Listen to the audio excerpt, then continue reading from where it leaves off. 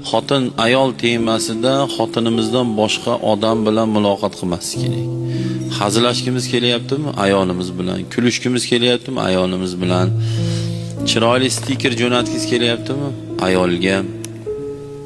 Padarka ayol.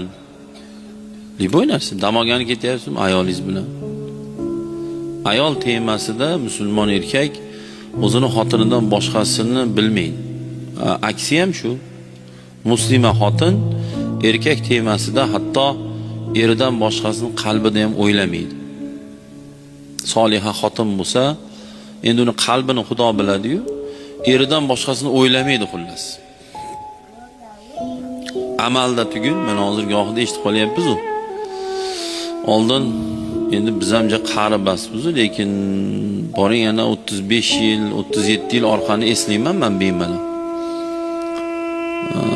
Eriga xiyonat degan narsani misol biz eshitmasdik.